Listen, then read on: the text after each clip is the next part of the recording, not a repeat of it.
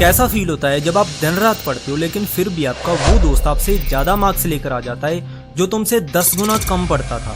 आपने घंटों बैठकर परफेक्ट नोट्स बनाए जबकि आपके सभी दोस्त बाहर खेल रहे थे। कहते हैं कि hard work page of, but reality ये है कि हार्डवर्क के साथ साथ स्मार्ट वर्क भी जरूरी है। आज की इस वीडियो में मैं आपको 12 ऐसी स्टडी टेक्निक्स बताऊंगा जिन्हें यूज करके आप सिर्फ 3 घंटे पढ़ के उतने मार्क्स ले आओगे जितने दूसरों के 10 घंटे पढ़ के भी नहीं आएंगे। 9th मेथड सबसे बेस्ट मेथड है जिससे आप स्टार्टिंग से लेकर एंड तक किसी भी चैप्टर को इफेक्टिवली याद कर पाओगे, वो भी कम से कम टाइम और एफर्ट से। सो एटलीस्ट वहां तक तो वीडियो जरूर देखना। जो भी स्मार्ट वर्क करते हैं वहां पर मुश्किल कुछ नहीं होता है,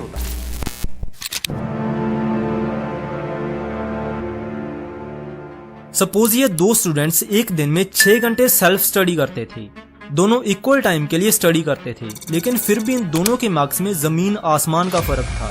स्टूडेंट बी के मार्क्स स्टूडेंट ए से काफी ज्यादा थे, क्योंकि दोनों के स्टडी करने के तरीके में एक छोटा सा डिफरेंस था। स्टडीज में पाया गया है कि हमारा ब्रेन एवरेज आधे घंटे के लिए ही 100% एफिशिएंसी से काम कर सकता है। अनफॉर्चुनेटली स्टूडेंट ए को ये बात नहीं पता थी। वो लगातार 6 घंटे स्टडी करता था, जिसमें कहने को तो वो 6 घंटे पढ़ा, लेकिन इफेक्टिव स्टडी हुई सिर्फ आधे से 1 घंटा, क्योंकि आधे घंटे बाद या फिर कुछ लोगों के लिए 1 घंटे बाद ब्रेन की एफिशिएंसी सिर्फ 20-30% ही रह जाती है। वहीं दूसरी तरफ इस प्रॉब्लम को टैकल करने के लिए स्टूडेंट बी ने पोमोडोरो टेक्निक का यूज किया। इसमें हर आधे घंटे की स्टडी के बाद 5 मिनट का ब्रेक लेना होता है, या फिर लगातार 50 मिनट पढ़ के 10 मिनट का ब्रेक ले लो।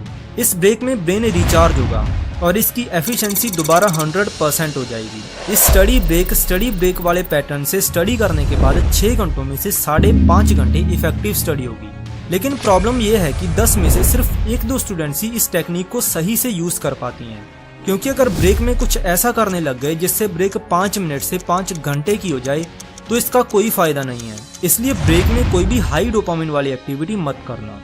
द बेस्ट वे इज कि आप 5-10 मिनट रूम से बाहर निकलो और थोड़ा चल फिर लेना, जिससे जस्ट माइंड फ्रेश हो जाए। कभी आपके साथ ऐसा हुआ है कि आप पढ़ना तो चाहते हो लेकिन पढ़ने का मन नहीं करता? ऐसा इसलिए होता है क्योंकि आप अपने दिन को प्लान ही गलत तरीके से करते हो या फिर करते ही नहीं।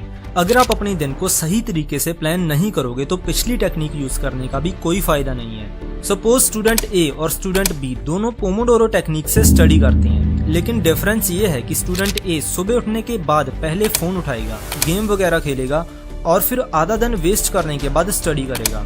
वहीं स्टूडेंट बी पहले स्टडी करेगा, उसके बाद अपना टास्क कंप्लीट होने पर एज ए रिवॉर्ड फोन उठाएगा। गेस किसके मार्क्स ज्यादा आएंगे? ऑब्वियसली स्टूडेंट बी के, क्योंकि स्टूडेंट ए ने तो अपना ब्रेन पहले ही डोपामिन से ओवर स्टिमुलेट कर लिया, जिससे बाद में ना तो उसका पढ़ने का मन करा और ना ही वो फोकस कर पाया। अगर डोपामिन के बारे में आपको नहीं पता तो इस वीडियो के बाद आप प्रीवियस वीडियो को जरूर देखना। राइटर जेम्स क्लियर अपनी बुक एटॉमिक हैबिट्स में लिखते हैं कि environment is one of the most important things जो आपकी हैबिट्स को इन्फ्लुएंस करता है। आप कितनी इफेक्टिव स्टडी कर पाते हो ये इस पर भी डिपेंड करता है कि स्टडी करते टाइम आपका एनवायरनमेंट कैसा है। जैसे किचन में जाने पर कुछ खाने को मन करता है, बेड पर लेटने से सोने को मन करता है, पार्टी में जाने से नाचने को मन करता है, वैसे ही लाइब्रेरी में बैठने से या फिर एक सेपरेट स्टडी टेबल पर बैठने से स्टडी करने का ही मन करता है। हमारा सबकॉन्शियस ब्रेन एनवायरनमेंट से क्यूज लेता है और इस क्यू की वजह से कोई भी हैबिट ट्रिगर होती है।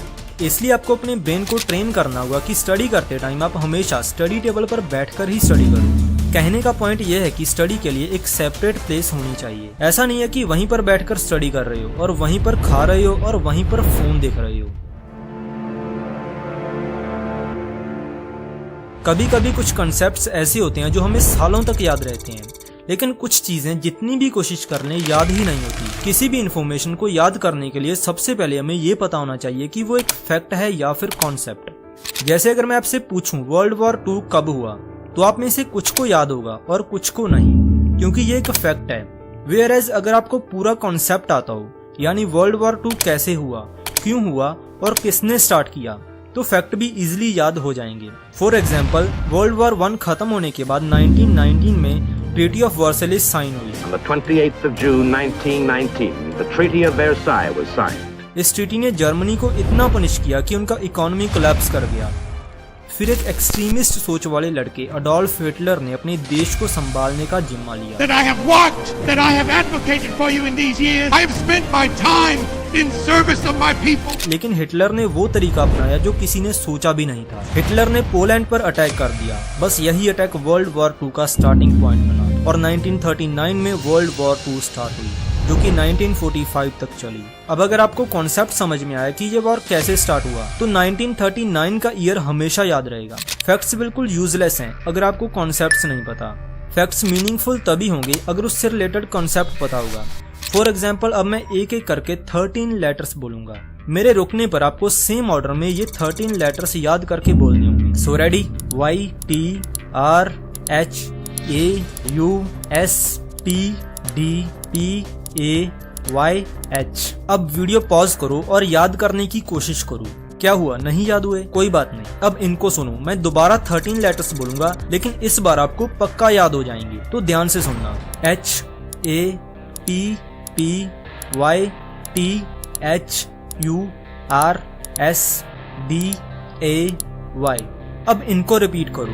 मोस्ट प्रोबेबली आपको सभी लेटर्स सेम ऑर्डर में याद होंगे, क्योंकि इस बार इन लेटर्स का एक मीनिंग बन रहा था। बट ट्विस्ट ये है कि पहले वाले 13 लेटर्स और ये वाले 13 लेटर्स बिल्कुल सेम हैं, लेकिन फिर भी आप ये वाले 13 लेटर्स कभी भी बता सकते हो, वो भी बिल्कुल सही ऑर्डर में। ऐसा इसलिए क्योंकि मीनिंगफुल इन्फॉर्मेशन को ब्रेन बहुत इजीली याद कर लेता है। हमारा शॉर्ट टर्म मेमोरी स्पैन सिर्फ 5 से 9 लेटर्स का ही होता है, लेकिन फिर भी आपने 13 लेटर्स याद कर लिए, क्योंकि इन 13 लेटर्स का कोई मीनिंग था जो ब्रेन को पहले से ही पता था। फैक्ट्स मीनिंगलेस होती हैं। फैक्ट्स को मीनिंगफुल बनाने के लिए उससे रिलेटेड कॉन्सेप्ट को समझना होगा। इसलिए हमेशा किसी भी चीज को याद करने से पहले उससे रिलेटेड कॉन्सेप्ट्स को समझो।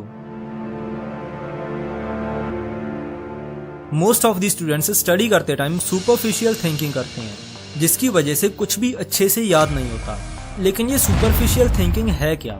एग्जाम्पल से समझो। एक स्टडी में स्टूडेंट्स के 2 ग्रुप्स बनाए। ग्रुप ए को क्वेश्चंस पूछे गए, जैसे एलिफेंट वर्ड में कितने वॉवल्स हैं। वॉवल्स आपको पता ही है, A-E-I-O-U होते हैं, तो इन वर्ड्स में कितने वॉवल्स हैं ये इनको बताने हैं। इनका आंसर ढूंढते टाइम ये स्टूडेंट्स सिर्फ वर्ड के लेटर्स के बारे में सोच रहे थे, ना कि वर्ड के एक्चुअल मीनिंग के बारे में। यही होती है सुपरफिशियल थिंकिंग। ग्रुप बी के स्टूडेंट से पूछा गया इनमें से कौन सी चीज का साइज ज्यादा है, तो उनके ब्रेन में आंसर ढूंढते टाइम उस चीज की एक्चुअल पिक्चर आई और उनका एक्चुअल मीनिंग पता चला। थोड़े टाइम बाद जब उनसे वो सारे वर्ड्स बताने को कहा गया, तो ग्रुप ए के स्टूडेंट्स ने 30 में से सिर्फ 5 वर्ड्स ही बताए, लेकिन ग्रुप बी के स्टूडेंट्स को 10 वर्ड्स याद थे, यानी ग्रुप ए से डबल। जब आप स्टडी करते टाइम डेफिनेशंस रीड करते हो और एक्चुअल कॉन्सेप्ट को समझने की कोशिश नहीं करते, तो आप सुपरफिशियल थिंकिंग कर रहे होते हो। इसलिए इस तरीके से कभी भी स्टडी मत करना। किसी भी इंफॉर्मेशन को याद करने के लिए रिकलेक्शन इंपॉर्टेंट है। रिकॉग्निशन से हमें लगता है कि ये चीज हमें याद है, लेकिन एक्चुअल में नहीं होती। जब आप किसी भी चैप्टर को पढ़ रहे होते हो, फिर चाहे लेक्चर देखो या बुक से रीड करो, आप इन्फॉर्मेशन को सिर्फ रिकॉग्नाइज करते हो। कभी आपको लगा जब आप अपने नोट्स लेकर रिवीजन स्टार्ट करते हो, तो हर चीज देखने पर ऐसा लगता है कि ये भी आता है और ये भी आता है, लेकिन नोटबुक बंद करते ही सब ब्लैंक, कुछ याद नहीं होता, क्योंकि आपका ब्रेन उस इन्फॉर्मेशन को देखने पर उसे रिकॉग्नाइज कर रहा था कि हाँ ये तो मैंने पहले भी पढ़ा है, लेकिन ब्रेन में स्टोर कुछ नहीं हो रहा। लॉन्ग टर्म मेमोरी में इन्फॉर्मेशन को स्टोर करने के लिए रिकॉग्निशन की बजाय रिकलेक्शन करनी होगी। लेकिन कैसे? नेक्स्ट मेथड का यूज करके। किसी भी कॉन्सेप्ट को याद करना हो तो बचपन से लेकर आज तक स्कूल में हमें एक ही तरीका सिखाया गया है, रोट मेमोराइजेशन, मतलब रट्टा लगाना। लेकिन ये बिल्कुल भी इफेक्टिव नहीं है। पढ़ा हुआ लंबे समय तक याद रखना है तो एक्टिव रिकॉल मेथड सबसे इफेक्टिव मेथड है। एक्टिव रिकॉल में हम इंफॉर्मेशन को रिकॉग्नाइज नहीं बल्कि ब्रेन में से रिट्रीव यानी रिकलेक्ट करते हैं। किसी भी कंसेप्ट को पढ़ने के बाद आपको ब्रेन में ही याद करना है कि आपने क्या क्या पढ़ा। सेम रिवीजन के बाद भी और लेक्चर देखने के बाद भी ब्रेन में सब कुछ सोचो। अगर ऐसे आपने सब याद कर लिया तो 100% एग्जाम में भी वो कंसेप्ट याद रहेगा, क्योंकि एग्जाम में हम बुक या नोटबुक से देखकर आंसर नहीं लिखते बल्कि अपने ब्रेन में से ही कॉन्सेप्ट्स को रिट्रीव करते हैं। सपोज आपने सभी अच्छी स्टडी टेक्निक्स को यूज करके पढ़ाई की, लेकिन ये सब वेस्ट है अगर आपकी स्लीप खराब हुई। Most of the students sleep को अंडर एस्टिमेट करते हैं, लेकिन स्लीप एक सबसे बड़ा फैक्टर है जिससे कोई भी इंफॉर्मेशन आपकी परमानेंट मेमोरी में स्टोर होगी। जैसे अगर आज आपने ये चैप्टर पढ़ा तो ये जाएगा ट्रांजिटरी लॉन्ग टर्म मेमोरी में। ये इन्फॉर्मेशन ब्रेन की परमानेंट मेमोरी में तभी स्टोर होगी अगर आप 7 से 8 घंटों की स्लीप लोगे, क्योंकि इन्फॉर्मेशन का परमानेंट मेमोरी में स्टोर होने का प्रोसेस डिपेंड करता है रैपिड आई मूवमेंट स्लीप पर, जो कि सोने के लगभग 1.5 घंटे बाद स्टार्ट होती है। सो अच्छी स्टडी के साथ साथ अच्छी स्लीप का होना भी बहुत जरूरी है। हमें ये तो पता चल गया कि कॉन्सेप्ट्स को समझना सबसे जरूरी चीज है, लेकिन आपको कॉन्सेप्ट्स समझ में कैसे आएंगे? कॉन्सेप्ट्स को इजीली समझने के लिए आप फेनमैन टेक्निक का यूज करोगे। इसके अकॉर्डिंग आपने जो भी पढ़ा है उसे किसी दूसरे को समझाना होगा, और कुछ इस तरीके से समझाना जैसे आप किसी 5 साल के बच्चे को पढ़ा रहे हो, क्योंकि आप दूसरे को कोई कंसेप्ट तभी समझा सकते हो जब आपको खुद को वो 100% क्लियर होगा। जिस भी पॉइंट पर आप अटको तो समझ जाना आपको खुद को ही वो चीज समझ नहीं आई। इस मेथड की खास बात यह है कि दूसरे को समझाते टाइम आप खुद भी एक्टिव लर्निंग कर रहे होते हो। अगर दूसरे को नहीं समझा सकते तो खुद को समझाओ, खुद से ही बात करो। SQ3R one of the best study method है। SQ3R की फुल फॉर्म है survey, question, read, recite and review. जब कोई भी चैप्टर स्टार्ट करो तो बुक उठाकर पहले सर्वे करना है, मतलब पूरे चैप्टर का जल्दी से ओवरव्यू लेना है, और हेडिंग्स, सब हेडिंग्स एंड डायग्राम्स को देखो। इससे आपको आइडिया मिल जाएगा कि चैप्टर किस बारे में है। उसके बाद आपने ब्रेन में उससे रिलेटेड क्वेश्चंस फॉर्म करने हैं। ये दोनों चीजें करने के बाद ब्रेन में आंसर्स ढूंढने की क्यूरियोसिटी होगी। जब किसी चीज का आंसर ढूंढने की क्यूरियोसिटी होती है तो ब्रेन उस चीज को ज्यादा जल्दी ग्रैब करता है। सर्वे और क्वेश्चंस फॉर्म करने के बाद आप चैप्टर रीड करना स्टार्ट करोगे। उन क्वेश्चंस की वजह से ब्रेन में ऑटोमेटिकली सर्च मैकेनिज्म स्टार्ट हो जाएगा और आप ज्यादा इफेक्टिवली इंफॉर्मेशन को कंज्यूम कर पाओगे। फिर थर्ड स्टेप है रिसाइट, यानी एक्टिव रिकॉल। जो पढ़ा है उसे रिकॉल करो। एट लास्ट बारी आती है रिव्यू की। रिव्यू का मतलब है पढ़ा हुआ कुछ दिनों बाद फिर से रिवाइज करना। स्टडीज के अकॉर्डिंग किसी भी इंफॉर्मेशन को टेम्परेरी मेमोरी से परमानेंट मेमोरी में स्टोर करने के लिए उसे 7 बार देखना पड़ेगा। बट इतने सारे चैप्टर्स और इतने सारे सब्जेक्ट्स कोई भी 7 बार छोड़ो 1 बार भी मुश्किल से रिवाइज करता है। लेकिन स्पेस्ड रेपिटेशन बेस्ट मेथड है, जिससे आप नया सिलेबस करने के साथ साथ पुराना भी इफेक्टिवली रिवाइज कर पाओगे। चैप्टर कंप्लीट करने के बाद अगले दिन ही उसे रिवाइज करो, फिर 3-4 दिन बाद दूसरी रिवीजन और 10-12 दिन बाद तीसरी। ऐसे ही हर रिवीजन के बाद गैप बढ़ाते जाना, और ये साइकिल हर चैप्टर करने के बाद स्टार्ट करना होगा।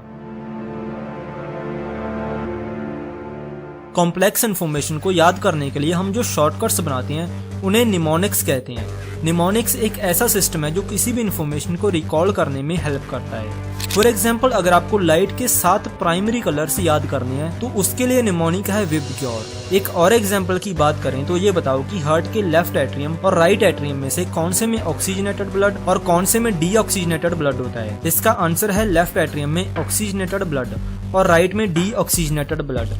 बट ऐसे आप कंफ्यूज हो सकती हो, तो इसे रेडियो सुनते सुनते याद करना। RA मतलब राइट एट्रियम और DEO मतलब डीऑक्सीजनेटेड।